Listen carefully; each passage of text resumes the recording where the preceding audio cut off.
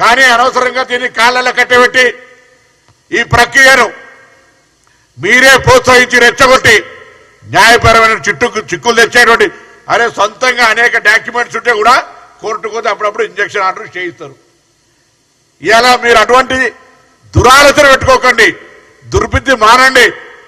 ఇలా ఈ ఆషాఢ మాస బోనాలు అమ్మవారిని అదే కోరుతున్నాం.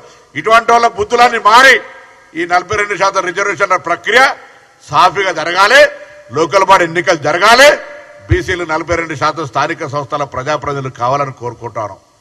కాబట్టి దయచేసి భారతీయ జనతా పార్టీలో ఉన్నటువంటి మంత్రులు, పార్లమెంట్ సభ్యులు, బీసీ పార్లమెంట్ సభ్యులు అరవింద్ గారు, డి శ్రీనివాస్ గారు ఒక బీసీ నాయకుని కొడుకు, బండి సంజయ్ గారు విద్యార్థి ఉద్యమాల నుంచి వచ్చిన వ్యక్తే,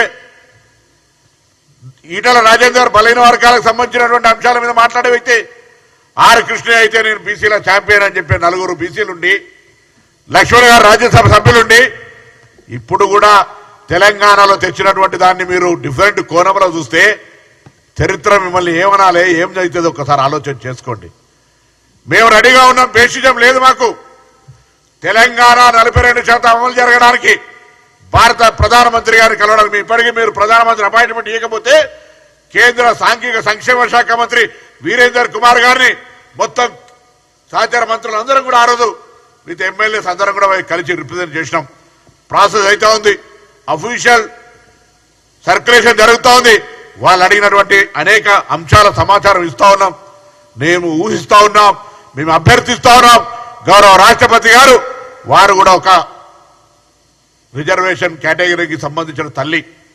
ఇలా మీరు ఇచ్చే నిర్ణయం, మీరు తీసుకోవాల్సిన నిర్ణయం ఎటువంటి రాజకీయ ఒత్తిళ్లు లేకుండా తెలంగాణ బలహీన వర్గాల అభ్యర్థన మేరకు తెలంగాణ బలహీన వర్గాల ప్రజల ఆకాంక్షలకు అనుగుణంగా తెలంగాణ ప్రజాపాలన ప్రభుత్వం తీసుకునే నిర్ణయాన్ని గవర్నర్ గారు పంపిన దాన్ని ఆమోదించి పంపు తల్లి అని అందరం కూడా విజ్ఞప్తి చేస్తా ఉన్నాం, కోరుతా ఉన్నాం, ప్రార్థిస్తా ఉన్నాం.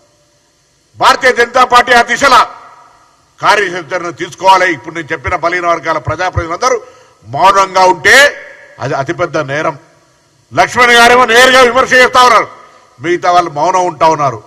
దయచేసి ఊరికనే గుడ్డు కెంటికలు లెక్కెట్టే పని వద్దు, ఊరికనే రాజకీయం చేసేది అతిగా. మేము చెప్తా ఉన్నాం, మా గురువు చొక్కారావు అని చెప్పేది 2 ముచ్చాడు, అయితే చట్టాన్ని ఆమోదించు, లేదా ప్రజాభిప్రాయానికి అనుగుణంగా నడువు అని చెప్తా ఉన్నాడు. ఇలా చట్టం కూడా అనేక కోర్టులు ఎంపైరికల్ డాటా ప్రామాణికమైన సమాచారం ఉంటే రాష్ట్ర ప్రభుత్వాలు నిర్ణయం తీసుకోవచ్చని ఈడబ్ల్యూఎస్ కేసులు కూడా అనేకమైనటువంటి డిసిషన్స్ ఉన్నాయి. ఒకటే ఊరికే 50% ఈడబ్ల్యూసి ఇచ్చిన నాడు ఇవాళ తెలంగాణ కూడా 62% దాటిపోయింది. ఇవాళ 27% బీసీలు, 10% ఎస్టీలు, 15% ఎస్సీలతోటి ఈడబ్ల్యూఎస్ కలుపుకుంటే 62% అయింది. రాష్ట్ర రాష్ట్రాల్లో 50% కోటా ఎప్పుడూ అయిపోయింది. ఒక్కసారి ఈడబ్ల్యూఎస్ కోసం 50% కోటా మీరు ఎత్తేస్తే 42% బీసీల రిజర్వేషన్ కోటా మా కొరకు ఎందుకు ఎత్తేయరు?